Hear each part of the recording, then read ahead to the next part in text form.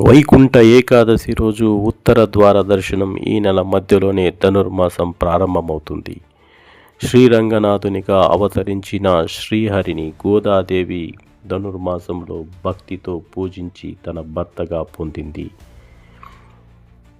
రోజుకో పాసురంతో శ్రీమన్నారాయణ్ణి స్తుతించి గోదాదేవి ఆయనను ప్రసన్నం చేసుకుంది.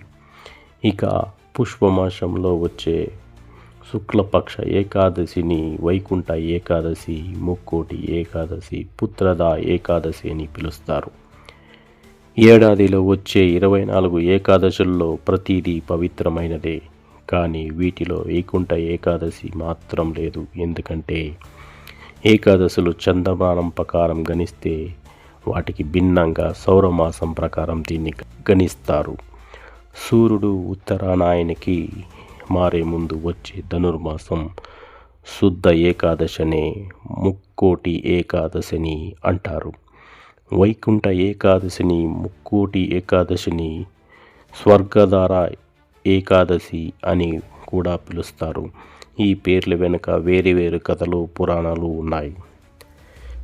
శ్రీ మహావిష్ణువునకు నెలవైన వైకుంఠంలోని ద్వారం వాకిళ్ళు ఈ రోజునే తెరుచుకుంటాయి. కాబట్టి దీన్నే వైకుంఠ ఏకాదశిని అంటారు.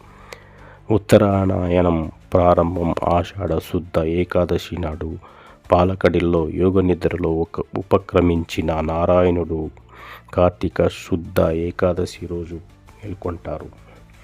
ఇలా మేల్కొనే స్వామిని దర్శించుకోవడానికి పుష్పమాన శుక్లపక్ష ఏకాదశి నాడు ముక్కోటి దేవతలు వైకుంఠానికి చేరుకుంటారు. అదే పవిత్ర దినంగా, పండుగ పర్వదినం, శుభదినంగా ఏకాదశి, వైకుంఠ ఏకాదశిని భక్తులు తన ఇష్టానుసారంగా ప్రసన్నం చేసుకునే రోజు అనుకొని ప్రార్థించిన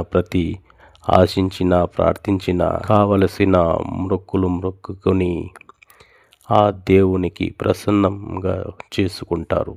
కోరిన కోరికల్ని తీర్చమని ఉపవాసం ఉండి ప్రార్థిస్తే ఈ జన్మలు పుణ్యం ఆ రోజున పూజించిన వారికి, ఉపవాసం ఉండి ఆయన ధ్యానంలో ఉన్నవారికి మంచి జరుగును అని ఒక ప్రతీతి. అలా ముక్కోటి దేవతలు వైకుంఠానికి చేరుకునే రోజు కాబట్టి అన్ని దేవతల ఆశీర్వాదాలు, అందరు దేవతల ఆశీర్వాదాలు ఉంటాయని భక్తులు ఆశిస్తారు. అలాగే ఉత్తరాయణమున చనిపోయిన పుణ్యాత్ములకు ఈ రోజున స్వర్గదారిలో అవకాశం కల్పిస్తారనేది మనం చెప్పుకున్న ఒక వైకుంఠ ఏకాదశి నాడే జరుగుతుంది. కాబట్టి స్వర్గధార ఏకాదశి అని అంటారు.